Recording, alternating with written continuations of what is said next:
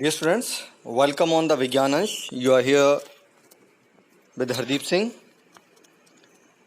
So with a positive attitude to learn about the phylum Platyhelminthes or the flatworms, let's start about it. In the previous videos, we had already gone through the two phylums, that is Coelenterata and the Porifera. पीछे हमने Porifera और Coelenterata के बारे में पढ़ा है. इसमें हम Platyhelminthes के बारे में पढ़ेंगे. तो जब भी किसी फाइलम के पीछे मिंथिस शब्द लगा है, एस्केलमेंथिस, प्लेटीहेलमेंथिस, तो मिंथिस का मतलब क्या होता है कि ये क्या है, वॉर्म्स हैं. दूसरा, जो प्लेटीहेलमेंथिस हैं, अगर हम इनको देखते हैं तो इनकी बॉडी को क्या बोला जाता है, they are known as flat worms. क्यों फ्लैट वॉर्म्स बोला जाता है? क्योंकि ये गोल नहीं होते, ये डॉर्सो वेंट्रली, आपको बताया था कि बैकबोन वाली साइड वेंट्रल है, फ्रंट डॉर्सल है, तो इन साइज को हम क्या कहते हैं कि ये चपटी होती है, बिल्कुल फ्लैट होती है. That's why they are known as dorsoventrally flattened और commonly known as flat worms. Here is the level, जो लेवल ऑफ ऑर्गेनाइजेशन है वो ऑर्गन लेवल तक आ जाता है. नीचे आप देख रहे हैं इस वीडियो पिक में, देखो थोड़ी सी गैस्ट्रोवेस्कुलर कैविटी आ गई है, फेरिंग्स आ चुका है, तो कुछ एक ऑर्गन्स यहाँ विकसित हो जाते हैं. दैट्स वाई सो यहाँ पे लेवल ऑफ जो डिफ्रेंशिएशन है वो ऑर्गन तक हो जाता है. They are commonly parasitic, mostly ये पैरासिटिक होते हैं. जैसे अगर हम बात करते हैं लीवर फ्लू की, तो हमारी बॉडी में ये भी है. अगर हम बात करें टैप बॉम्ब की, तो ये हमारी बॉडी में सबसे बड़ा क्या है, पैरासाइट है ये. तो ये पहले तो बीफ, भैंस, गाय के मीट के साथ या फिर शीप के मीट के साथ हमारी बॉडी में पहुंचता था.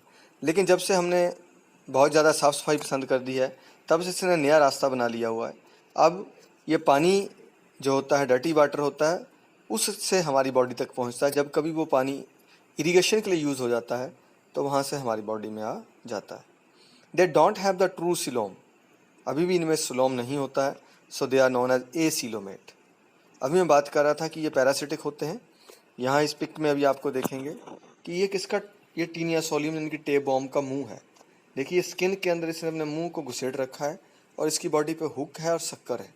तो ये हुक जो शक्कर होते हैं, इसी की हेल्प से ये सारे न्यूट्रिएंट्स को ऑब्जॉर्व कर देता है.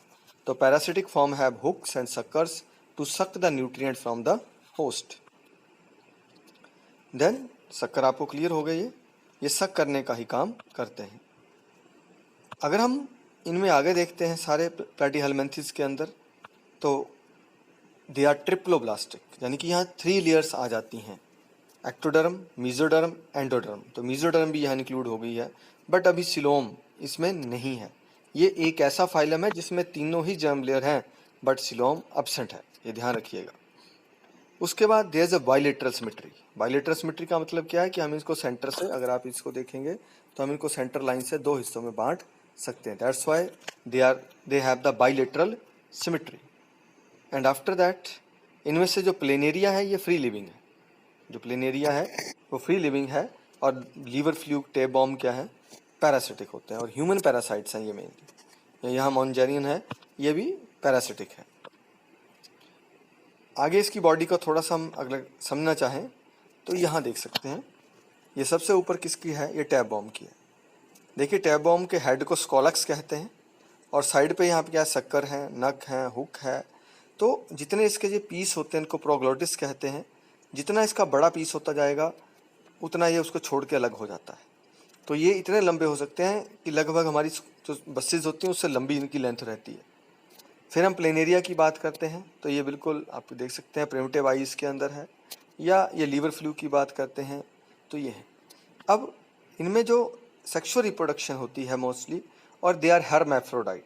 हर्मैफ्रोडाइट का मतलब है एक के अंदर ही मेल और फीमेल दोनों ही कैरेक्टर्स प्रेजेंट होते हैं.